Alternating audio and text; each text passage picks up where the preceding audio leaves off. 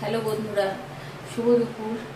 স্নান টান করলাম, কিন্তু শরীরে প্রচণ্ড টায়ার্ডনেস আছে। আর আজ থার্ড স্যাটারডে, আজ জুলাইয়ের বোধহয় 19 তারিখ।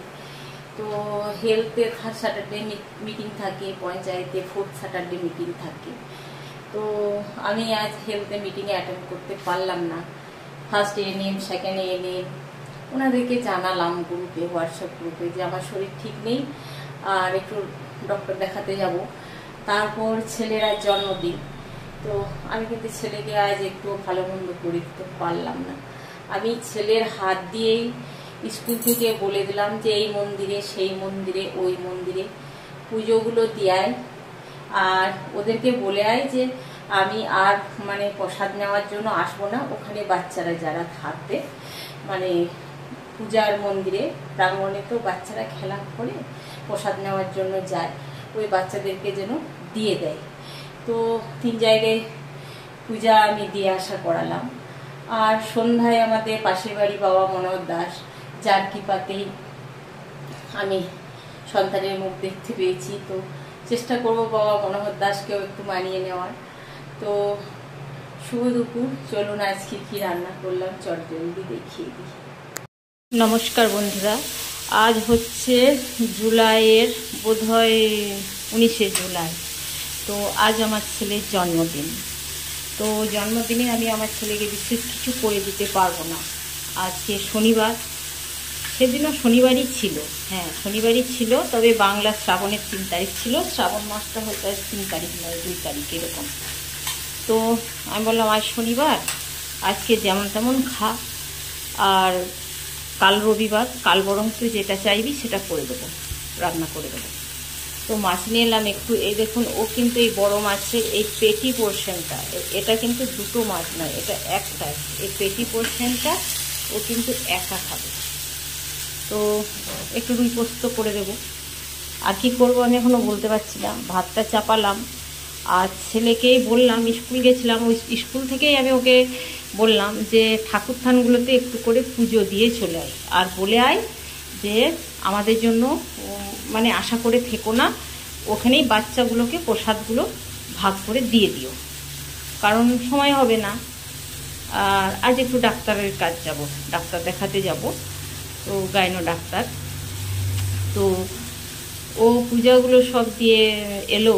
কাল রবিবার, কাল চেষ্টা করব একটু কিছু ভালো মন্দ ওকে করে দেবো। ভালো মন্দ বলতে বিশেষ কিছু ওকে রিচ খাবার দেব না তার মধ্যেই।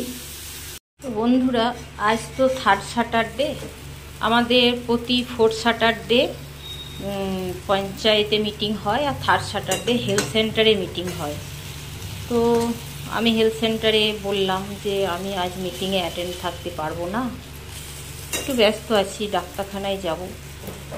তারপরে এই দেখুন, এই যে চা খেতে সময় পাইনি, চায়ে মুড়িতে ভিজিয়ে রেখেছি। একটা চপ আনতে হবে, পাশের দোকান আছে, নতুবা কিছু না পেলে ওই যে কৌটোটায় চানাচুর আছে, সেটা মেখেই খেয়ে নেব। আমি খাবারও সময় পাই না। তো বন্ধুরা, আমি কিন্তু রুই পোস্ত চড়িয়ে দিয়েছি। আজকে এই 4 পিস মাছের রুই পোস্ত হবে, এই 4 পিস। এই যে এই বড়ো পেটিটা আছে, এটা কিন্তু ছেলে খাবে, ও কাউকে ভাগ দেবে না। আর এই যে মুন্ডু খণ্ডটা আমি সয়াবিন বড়ি, পটল, আলু দিয়ে একটা সবজি করবো। এই দেখুন, সয়াবিন বড়িগুলো আমি অনেকবার ধুয়েছি, ময়লা জল বেরোয়। এগুলো আমি এখন একটু তেলে লবণ হলুদ দিয়ে খরা খরা করে ভাজবো। তো কি বলছিলাম, যে ছেলে আমার পূজা দিয়ে এলো। এবার বিষয় হচ্ছে, আমার ছেলেকে দিয়ে পূজা দিয়ে, আর আমি যে কোনো দিই না কেন, আমার বেশি ব্রাহ্মণদের হাতে ওই পয়সা দিয়ে দিই, তারপর বলি পূজাটা দিও গো, আর বাচ্চাদের হাতে দিয়ে দিও, কারণ আমি তো স্কুলে ব্যস্ত থাকি, আমার নিজেরও কাপড় শাড়ির জুট থাকে না, স্কুলে একটা ডিমের কারবার, তো যে কারণে নিজের মধ্যে একটা পবিত্রতা অনুভব করি না কাপড় চোপড়ের মধ্যে।